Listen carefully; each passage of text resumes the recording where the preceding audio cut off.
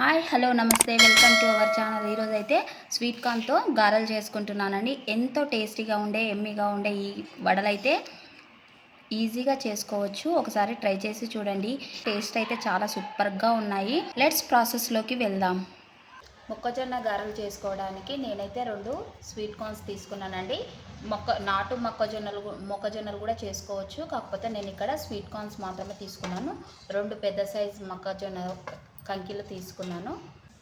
దాంట్లోకి కావాల్సిన పదార్థాలు కరివేపాకు, కొత్తిమీర, ఉల్లిపాయలు, పచ్చిమిర్చిని శుభ్రంగా కడుక్కొని మిక్సీలో వేసుకుంటున్నానండి. కచ్చాపచ్చాగా పట్టుకుందాము.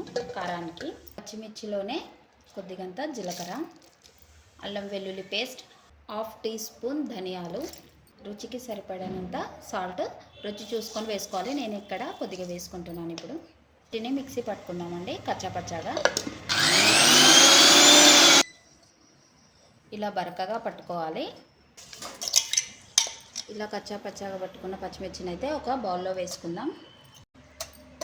ఇదే బౌల్లో ఈ కార్న్ అయితే వేసుకొని మిక్సీ చేసుకుందామండి. గ్రైండ్ చేసుకుందాం. కూడా కచ్చాపచ్చాగా గ్రైండ్ చేసుకుందాం. మరీ మెత్తగా పట్టుకోవద్దు. ఇలా బరకగానే పట్టుకోవాలండి.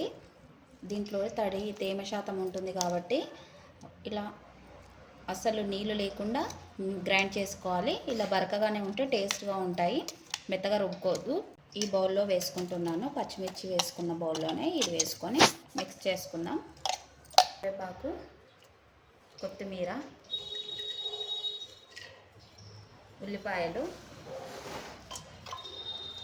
అలాగే బియ్యం పిండి ఒక 2 స్పూన్లు, బియ్యం పిండి 2 టేబుల్ స్పూన్లు, శనగపిండి 2 టేబుల్ స్పూన్లు, అలాగే చిటికెడు వంట సోడా వేసుకుంటున్నాను.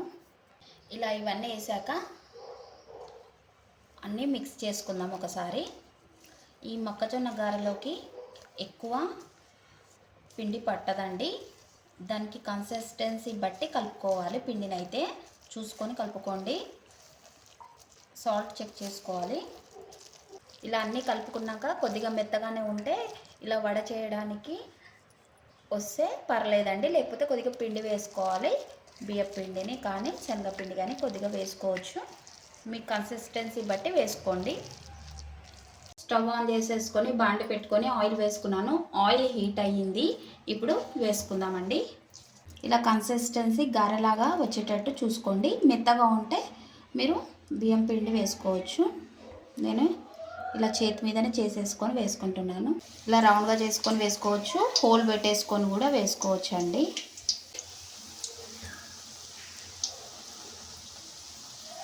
కొద్దిగా హీట్ అయ్యాకనే టర్న్ చేసుకోవాలి, లేకపోతే విరిగిపోతుంది. మీడియం ఫ్లేమ్లో పెట్టేసుకుంటే లోపల నుంచి ఉడుకుతుందండి. హై ఫ్లేమ్లో పెడితే పైన మాడతాయి కానీ లోపల వేగవు. అందుకని మీడియం ఫ్లేమ్లో పెట్టేసుకొని లోపల వేగనివ్వాలి. ఇలా వేగాక టర్న్ చేసుకోవాలండి. ఇలా టర్న్ చేసుకోవాలండి. ఆయిల్ హీట్ అయ్యాకనే గార వేగాకనే ఇంకో సైడ్ మలపాలి, లేకపోతే విరిగిపోతాయి. ఇలా అన్నీ ఇలా చేసుకోవాలి. మీడియం ఫ్లేమ్ పెట్టేసుకొని చేసుకోవాలండి. వేగాక టర్న్ చేసుకోవాలి. గోల్డెన్ బ్రౌన్ కలర్లోకి వచ్చాక ప్లేట్లోకి తీసుకుందామండి. అలాగే మిగతా పిండిని కూడా గారెలాగా వత్తుకుంటూ వేసుకుందామండి. ఇలా అన్నీ వేసుకోవాలండి ఈవెన్ సైజులో. అప్పుడే ఒకసారి కాలుతాయి, ఈవెన్గా కాలుతాయి. ఫస్ట్ ఎవరికైనా రావండి. ఒకసారి వేసి చూస్తే ఒక వాయి అయినాక ఇంకో వాయి ఇలా వేసుకుంటే పర్ఫెక్ట్గా వస్తాయి. ట్రై చేసి చూడండి మీరు కూడా.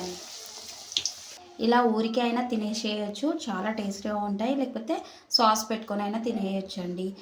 ఎంతో ఎమ్మీగా టేస్ట్గా ఉన్నాయండి. ఒకసారి ట్రై చేసి చూడండి.